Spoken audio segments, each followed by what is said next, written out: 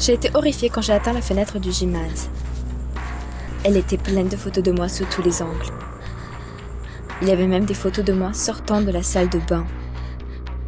Donc, il me surveillait même quand j'étais à la maison. Mes yeux sont devenus vides.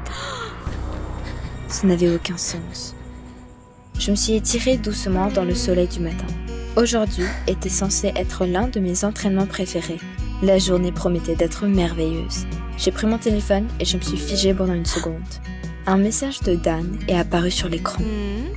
Encore lui ? Dan est un gars qui m'a demandé de sortir plusieurs fois depuis que je suis à l'université. Lui et moi étions au basket ensemble. Pour être honnête, j'aurais pu essayer mais j'avais d'autres intérêts à l'époque. Et puis, j'en ai assez de son insistance. Je pense qu'il a trouvé un emploi d'entraîneur de basketball dans une école de garçons, après l'université, et nous n'avons correspondu que quelques fois. J'ai donc été très surprise lorsque j'ai vu son message. « Salut, je suis malade et mon école a un tournoi à venir. » a-t-il écrit. « Pourrais-tu me remplacer au travail? Je suis sûre que tu joues toujours très bien. Je t'en dois une. » Le message était écrit. J'ai rangé le téléphone, même si j'avais déjà décidé que j'allais accepter. Je n'avais pas eu beaucoup de succès avec les emplois depuis l'université. Ce soir-là, je me dirigeais déjà vers le gymnase de l'école. Rien d'inhabituel, semblait-il, mais je pouvais entendre des chuchotements de joie derrière moi. Les garçons semblaient être très impressionnés par le changement d'entraîneur. Je ne vais pas le cacher, je l'ai aimé. L'entraînement a commencé et je me suis présentée. Mais les garçons ne semblaient même pas entendre mon nom.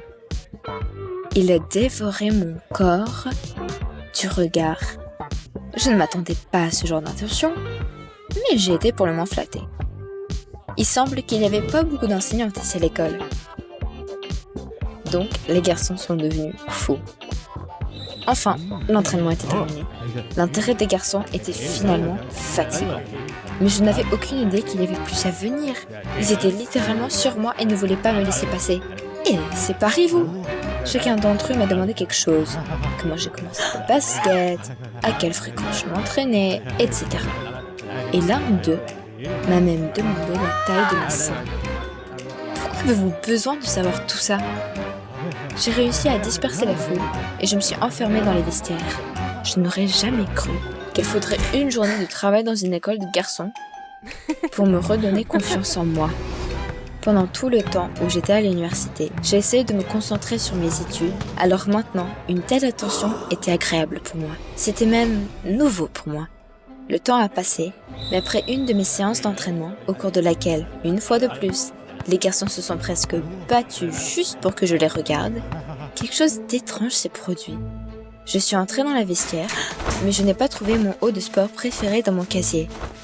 Étrange, car je me souvenais exactement de ce que j'avais apporté. Je suis entrée chez moi, frustrée, sans le trouver. Mais le lendemain, c'était la même histoire. Je ne trouvais pas mes nouvelles baskets dans mon casier. Non, ce n'est pas drôle. J'étais sur le point d'aller voir le directeur pour me plaindre de ce qui se passait quand un ami a trouvé autre chose dans mon casier. Une petite enveloppe avec un cœur dedans. Sentant que quelque chose n'allait pas, je l'ai ouvert. Oui, il y avait un écolier déclarant anonymement son amour pour moi. Mais pour être honnête, cela m'a un peu énervée aujourd'hui. Il devait y avoir des limites. Il se faisait tard, j'ai donc décidé de reporter la visite au principal à demain. Fatiguée, je me dirigeais vers ma maison, mais j'ai soudain été surprise de voir les mêmes enveloppes partout dans ma cour. Il y en avait des centaines. Je les ai ouvertes, l'une après l'autre, les mains tremblantes. Les élèves écrivant d'une écriture différente qu'ils me vénéraient littéralement. Non, ça devient fou. Je crois que je me suis trop amusée. Je vais définitivement aller au bureau du principal demain. Mais soudain, j'ai entendu un bruissement derrière moi. C'étaient mes étudiants. Je les ai reconnus tout de suite. Donc, vous avez organisé tout ça? Les garçons sont partis en courant. Je me suis précipitée après eux. Est-ce qu'ils retournent à l'école? Ils connaissaient un raccourci, alors j'ai pris du retard. Mais il n'y avait aucun doute que c'est là qu'ils étaient allés. Je me suis dirigée vers le bâtiment de l'école, mais je me suis soudainement figée en réalisant une chose désagréable. Des groupes de gars avec qui je m'étais entraînée, n'arrêtait pas d'arriver, de sourire mystérieusement et de se diriger vers le gymnase. Et il y avait déjà une lumière étrange qui y clignotait. J'ai dégluti nerveusement, un mauvais sentiment grandissant en moi. Je me suis passée prudemment sous la fenêtre de l'école, en regardant constamment autour de moi pour m'assurer que personne ne me verrait. Et je me suis approchée de la fenêtre. Ce que j'ai vu m'a fait sursauter. Toute la pièce était couverte de photos de moi sous tous les angles. Il y avait même des photos de moi sortant de la salle de bain. Donc, il me surveillait même quand j'étais à la maison. Mes yeux sont devenus noirs. Ça n'avait aucun sens. Mais j'ai fait un pas de plus vers la fenêtre et une sueur froide a perlé sur mon front. Debout au milieu de la pièce, il y avait moi, ou plutôt une poupée, ma réplique exacte. Ils ont mis mon mot préféré sur cette poupée. Et elle avait l'air si imposante qu'elle s'est étirée. Merci bien sûr pour le compliment. Mais c'est vraiment des conneries. Les garçons, comme hypnotisés, ne cessaient de s'approcher d'elle et de lui faire des offrandes. Des babioles qu'ils m'avaient volées pendant tout ce temps. Des élastiques à cheveux, des chaussettes sales. Oui, je pense qu'ils ont même récupéré les mouchoirs empaillés que j'utilisais dans la poubelle de la cantine scolaire. Je pouvais à peine retenir un cri. Ça ne peut pas être vrai. À un moment donné, je n'en pouvais plus. J'ai fait demi-tour et j'ai couru à la maison aussi vite que possible. Je me suis enfermée et je n'ai pas pu dormir de la nuit. J'aurais voulu que tout ça ne soit qu'un rêve bizarre. Mais non. Le lendemain matin, mon jardin était toujours jonché de lettres d'amour. J'ai immédiatement quitté l'école. Laisse Dan faire ce qu'il veut. Ses élèves ne sont que des maniaques. J'ai même évité la route qui mène à ce foutu endroit maintenant. Mais ce ne s'est pas arrêté à là. J'ai continué à trouver des lettres et des cadeaux devant la maison. Je commençais à penser que j'avais perdu la tête. Il était peut-être temps d'aller à la police. Mais quel était le crime? Sans plan précis, je suis allée en ville. Je devais au moins me détendre avant. J'étais sur le point d'entrer dans le métro quand mon téléphone a vibré dans ma poche. Avec prudence, je regardais l'écran. Un autre message de Dan. « Hey, comment ça va? C'est le moment de régler les comptes pour le travail que tu as fait, n'est-ce pas ?» a-t-il écrit. Ma tension n'a fait qu'augmenter. Que diable se passe-t-il? Hystérique, je lui ai répondu ce que je pensais de lui et de ses disciples sectaires. Pourquoi m'a-t-il proposé ce travail? Retrouvons-nous au café. Je t'expliquerai tout, a soudainement répondu Dan. Je suis devenue méfiante. Et s'il était lui-même une sorte de maniaque? Mais là encore, il m'avait invité dans un endroit bondé. Non, j'ai juste besoin d'une explication pour toutes ces bêtises. Après une demi-heure, j'étais assise en face de Dan et je ne pouvais m'empêcher de frissonner. Mais il m'a poliment offert un café et a commencé son histoire. Dan m'a regardé droit dans les yeux, maladroitement, et a admis que ses prépositions de sortir avec moi à l'université n'étaient pas juste pour le plaisir. Il m'avait aimé toutes ces années, juste moi. Et même après avoir été diplômé, il n'a pas pu m'oublier. Mais après tant de rejets, Dan avait peur de m'en reparler. J'ai écouté en retenant mon souffle. Je ne savais pas qu'il était si passionné par moi. Mais alors, désespéré comme il était, Dan a pris un risque. C'était sa dernière chance d'attirer mon attention. Il venait de rencontrer un directeur de théâtre assez célèbre dans notre ville. C'est là que j'ai commencé à voir où il voulait en venir. Il s'est avéré que Dan, avec le directeur, avait conçu tout le spectacle juste pour montrer à quel point j'étais importante pour lui. Il avait persuadé les écoliers de faire semblant de m'idolâtrer, mais à un moment donné, la situation a dégénéré. Les garçons refusaient de sortir de leur personnage. J'étais tellement choquée par ce que j'ai entendu que je n'ai pas pu sortir un seul mot. Dan a cessé de s'excuser et de dire qu'il ne voulait pas me faire peur, que c'était le directeur qui avait insisté. Dan ne demandait qu'à prendre un nouveau départ, au moins pour communiquer comme avant. Je pouvais voir qu'il avait vraiment beaucoup de remords. Je n'arrivais pas à rassembler mes idées. Dan avait déjà dit tranquillement « Désolé, je ne te dérangerai plus jamais. » Il était sur le point de partir, mais je l'ai arrêté. « Tu sais quoi ?» je lui ai dit. « J'ai un peu aimé tout ça au début, mais c'est inexcusable que les garçons soient devenus incontrôlables. Dan n'avait pas l'air de croire que j'étais en train de dire ça. Mais j'avais déjà pris ma décision. Je pouvais voir qu'il s'était donné beaucoup de mal pour m'impressionner. Et il avait réussi. Bien que d'une manière si étrange. On sort demain, j'ai souri timidement. Pas d'enveloppe bizarre cette fois. Par contre, Dan avait l'air d'être l'homme le plus heureux du monde à ce moment-là et n'a fait que hocher la tête en silence. Après quelques semaines, nous étions déjà un couple à part entière. Après tout, quelle autre fille pourrait se vanter que son petit ami ait organisé tout un culte en son honneur? Vous avez aimé la vidéo? Abonnez-vous et mettez un like et soutenez la chaîne. Merci!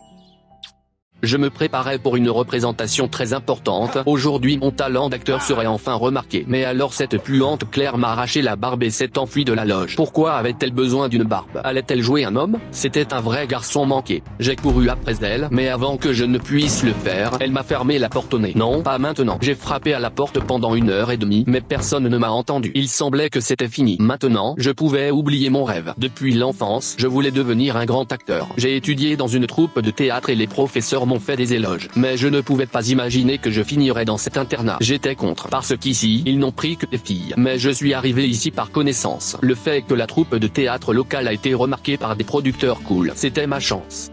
Et enfin, aujourd'hui, ils sont venus à la répétition principale de notre pièce Roméo et Juliette. S'ils aimaient notre jeu, nous serions invités à jouer dans un vrai théâtre, et la renommée mondiale serait alors au rendez-vous. La femme de ménage me laisse sortir. Je me suis immédiatement précipité dans les coulisses. Et si je pouvais arriver en finale? Mais toute la troupe était déjà rentrée chez elle. À cause de moi, le spectacle a été annulé. Les filles se sont immédiatement précipitées pour me reprocher cela. Je finissais toujours par être le souffre-douleur parce que j'étais le seul gars à l'école. Seule Sarah, une étudiante de première année, a dit que les membres de la commission reviendraient pour la prochaine répétition. J'ai poussé un soupir de soulagement, mais je me suis ensuite souvenu qui avait commencé. J'étais tellement en colère. Alors je me suis dépêché d'aller voir le directeur, c'était ma mère. Je lui disais tout, que Claire soit retirée de la pièce pour son éclat. Dès le premier jour d'école, ce hooligan m'a harcelé. Je ne comprenais pas pourquoi elle me détestait tant, mais toutes les autres filles ne m'aimaient pas vraiment non plus. J'étais le seul gars dans l'internat, et si talentueux. Ils étaient juste jaloux de moi. Alors que je marchais dans le couloir, chaque fille a senti qu'il était de son devoir de m'insulter. Mais je m'en fichais. Je n'avais qu'un seul but dans ma vie, devenir un acteur célèbre. Je venais d'atteindre le bureau du directeur quand j'ai entendu quelqu'un pleurer de l'autre côté de la porte. J'ai écouté, c'était Claire. Comment a-t-elle pu me devancer? À travers ses larmes, elle a dit qu'elle était désolée pour la répétition perturbée, et que tout cela était dû au fait que je la harcelais. Quel menteur. J'ai fait irruption dans le bureau et j'ai crié que Claire mentait. Elle m'a fait enfermer exprès. Maman nous a jeté un regard fatigué. Elle ne croyait pas Claire et disait qu'avec son caractère, elle ne se laisserait pas offenser. Mais elle s'est retournée et a dit que je n'étais pas non plus bon. Je suis venu me plaindre, au lieu de résoudre le problème. Je me suis senti blessé. Claire pouvait aussi entendre ma mère me réprimander. Comme punition, ma mère nous a envoyé Claire et moi pour nettoyer l'auditorium et nous avons dû commencer dès maintenant. Là-bas, Claire et moi nous sommes mis au travail en silence. J'avais tellement de choses à dire, mais Claire m'a soudain demandé de déplacer l'armoire. D'accord, pas de problème. Mais dès que je suis allé à l'armoire, elle s'est mise à me tomber dessus avec un fracas fou. J'ai miraculeusement sauté hors du chemin. Que faites-vous? J'ai crié. Mais tout ce que Claire a dit, c'est qu'avec un bras cassé, je ne serais probablement pas capable de jouer dans la pièce. Elle a claqué la porte et est partie. Claire était complètement folle. J'avais besoin de trouver une nouvelle Juliette pour la pièce, et quelqu'un qui ne voulait pas me battre avec une garde-robe. J'étais assis dans le couloir en train de réfléchir à la façon de déplacer Claire quand j'ai soudain vu ma camarade de classe Sarah. Je ne pouvais pas m'empêcher de sourire à sa vue. Sarah était la seule des filles qui m'avait toujours soutenu. Nous avons commencé à parler, et Sarah a dit que j'avais de la chance de jouer le rôle principal mais qu'elle n'était que la doublure de Juliette. Exactement. Sans réfléchir, je me suis écrié, alors pourquoi ne pas jouer Juliette au lieu de Claire? Sarah me regardait avec incrédulité. Mais elle a ajouté timidement que cela n'était possible que si Claire ne se présentait pas ou perdait son costume, alors elle aurait besoin d'une doublure. Sarah? Tu es un génie. Le lendemain, je me suis faufilé dans une loge vide et j'ai commencé à chercher la robe dans laquelle Claire devait jouer. Je la volerais. Claire ne pourrait pas monter sur scène, et Sarah la remplacerait. Bientôt, j'ai eu la robe, et j'ai couru la cacher derrière le casier. Sur le chemin du retour, j'ai regardé dans le hall, la commission était déjà assemblée. Aujourd'hui tout serait parfait. J'avais déjà changé de vêtements, mais je n'ai pas pu résister à l'envie de regarder dans la loge de Claire. Elle cherchait frénétiquement sa robe. Oh, comme elle était en colère. Mais ensuite, Claire m'a vu à la porte. Elle s'est approchée lentement et a attrapé ma chemise. Eh bien, alors, je vais jouer Roméo, enlève ton costume, a-t-elle dit. Pas question. J'ai couru dans les coulisses aussi vite que possible. Mais Claire n'était pas loin derrière. J'étais presque à l'étape où Claire a attrapé ma perruque et nous sommes tombés par terre. Et puis je me suis rendu compte que tout était trop calme. J'ai regardé lentement autour de moi. Nous étions surveillés par la commission et la maison était pleine. Nous étions sur scène. Avant que je puisse dire quoi que ce soit, le rideau est tombé. Quelques minutes plus tard, j'étais assis en coulisses et je n'arrivais pas à croire que ça s'était terminé comme ça. Cette fois, tout le monde a vu mon échec. C'est alors qu'un producteur enragé est entré en coulisses. Il s'est mis à crier que c'était la première fois qu'il voyait un tel manque de respect envers le public. Il a ajouté sèchement que nous avions manqué notre chance. Après cela, il est parti. Je ne pouvais pas le croire. Claire, semblait-elle, était aussi en état de choc. Nous étions à court de désespoir pour le producteur quand soudain nous avons vu ma mère dans le couloir. Que faisait-elle ici? La seconde suivante, ma mère était à genoux devant lui, le suppliant de nous donner une dernière chance, sous sa responsabilité personnelle. Maman. Je l'ai piégée, et elle voulait quand même qu'on se produise. Le producteur lui a lancé un regard méprisant, mais a quand même ri. Ok, vous avez une semaine. J'ai sauté de joie, et j'ai immédiatement commencé à remercier ma mère avec ferveur. Cela n'aurait pas fonctionné sans vous. Le lendemain, toutes les filles de l'école n'ont manifestement pas communiqué avec Claire et moi en raison de la perturbation des performances. Je ne m'étais jamais soucié du manque d'amis, mais maintenant je me sentais très seul. J'étais près de mon casier quand quelqu'un m'a poussé par derrière. Je me suis retourné, c'était Claire. Que voulez-vous d'autre? Mais Claire a soudain rougi et a dit qu'elle voulait m'offrir une trêve temporaire. Afin de ne pas gâcher le spectacle, nous devions répéter ensemble. Elle devait préparer quelque chose, mais d'un autre côté, toute la troupe a souffert à cause de nos querelles.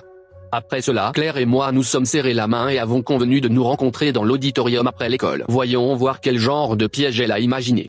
Mais rien ne s'est passé lors des quelques répétitions suivantes. C'était comme si Claire avait été remplacée. Elle n'a pas essayé de me tuer avec une garde-robe ou même de m'insulter. De plus, à chaque répétition, je me rendais compte de plus en plus que Claire était très talentueuse. Et comment n'avais-je pas remarqué avant? Pendant une pause, j'ai demandé à Claire pourquoi elle me détestait. Elle a froncé les sourcils. Elle avait l'habitude de jouer tous les rôles masculins et le rôle de Roméo était son rêve. Et c'est tout. J'ai soudain laissé échapper qu'elle était une grande Juliette. Et une fille merveilleuse. Et puis Claire m'a regardé si tendrement. J'ai regardé dans ses grands yeux pour la première fois. Sa robe allait si bien avec eux. Arrêtez.